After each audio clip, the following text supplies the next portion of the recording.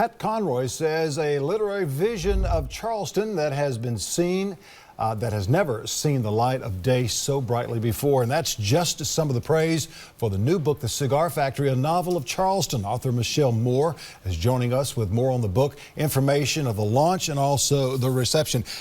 Based on the old cigar factory that's still right there off of East Bay Street that's been reconstructed, and just what has gone on over decades ago, maybe even a century ago, what happened there. Tell us about this book and what inspired you to write this book.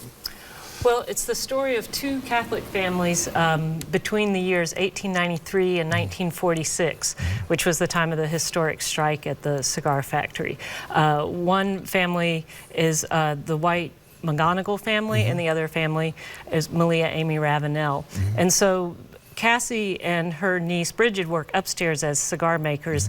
Malia Amy works down in the basement processing and stemming the tobacco. Very segregated. Very segregated. Of where the whites worked and where the African Americans or the blacks worked, right? Right. They wore different colored uniforms back in the 20s. And yet it's a story of how these two women eventually are able to forge a bond and come together.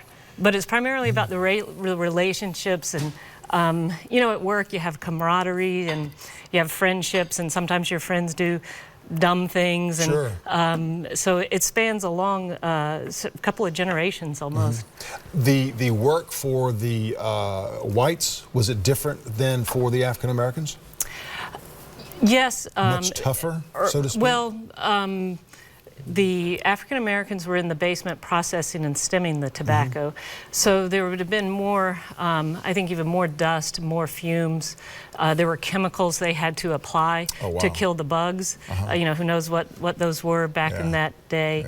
And up on the cigar maker's floor, the factory here in Charleston, the women made cigars by hand for a longer period of time than some of those other big factories like ours here. And then eventually machines came in, and then everything was hurry up, hurry up. Yeah. The ladies really came together during the big strike in 1945, right? Right, and I guess you could say the reason the book spans such a long period of time is that in the early part of the 20th century, and even up to the 40s, those were two groups of women that were really kept apart. You know, it was not, I think management felt it would have been to their advantage to keep them apart. So a good portion of the book is about that period of time where they are kept apart. They're very distrustful of one another, and so that they come together is kind of a small miracle in 1946. And you had different languages that were going on, different dialects that were going on. You also had a good bit of sexual harassment, both in the upstairs and also downstairs as well. Right, and as far as the accent, you know, I think anybody that's familiar with Charleston, blacks and whites have a unique way of speaking, and I kind of chose, I think a lot of times people have been comfortable with the whites have been comfortable with the European influence on that unique Charleston English.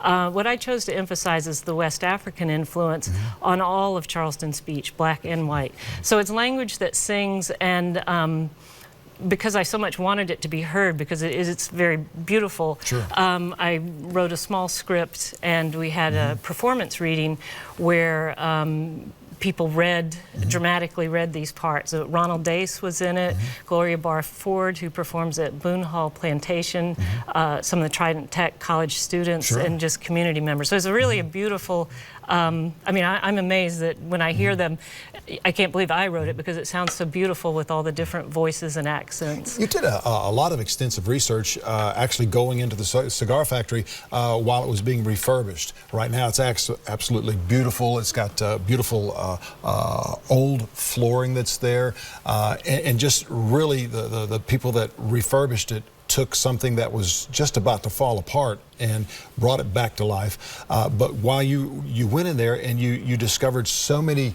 uniquenesses about the cigar factory, but there were so many ladies from all over Charleston during World War I, World War II that worked there in the cigar factory. And a lot of my family worked there, which was A good portion of some of my research was interviewing my family. My father was raised by his great aunt who worked at the Cigar Factory for many, many years. My father worked there briefly before he joined the Navy in World War II as a stock boy.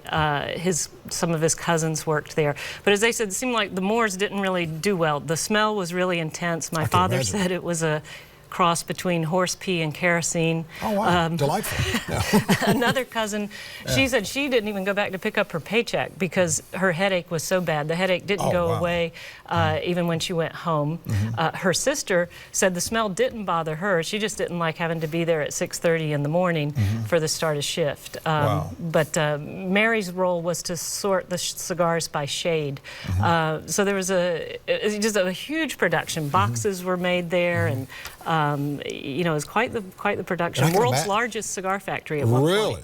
At one point? Yes. And I can imagine those that were rolling the cigars literally tobacco-stained fingers and hands for years after that, possibly. I would think so. And I know my father said that his aunt's smock had that smell, you know, and so I sort as in that artistic way, I capitalized on the smell, and so the characters, when they get on the bus, you know, people don't want to sit next to them, as a, you know, it's a constant. And I can imagine during the summer how the heat in that brick building, how it heated up, and there probably weren't too many fans that were ventilating the place. Right, and one of the things I read is that they kept windows closed so the tobacco doesn't dry out.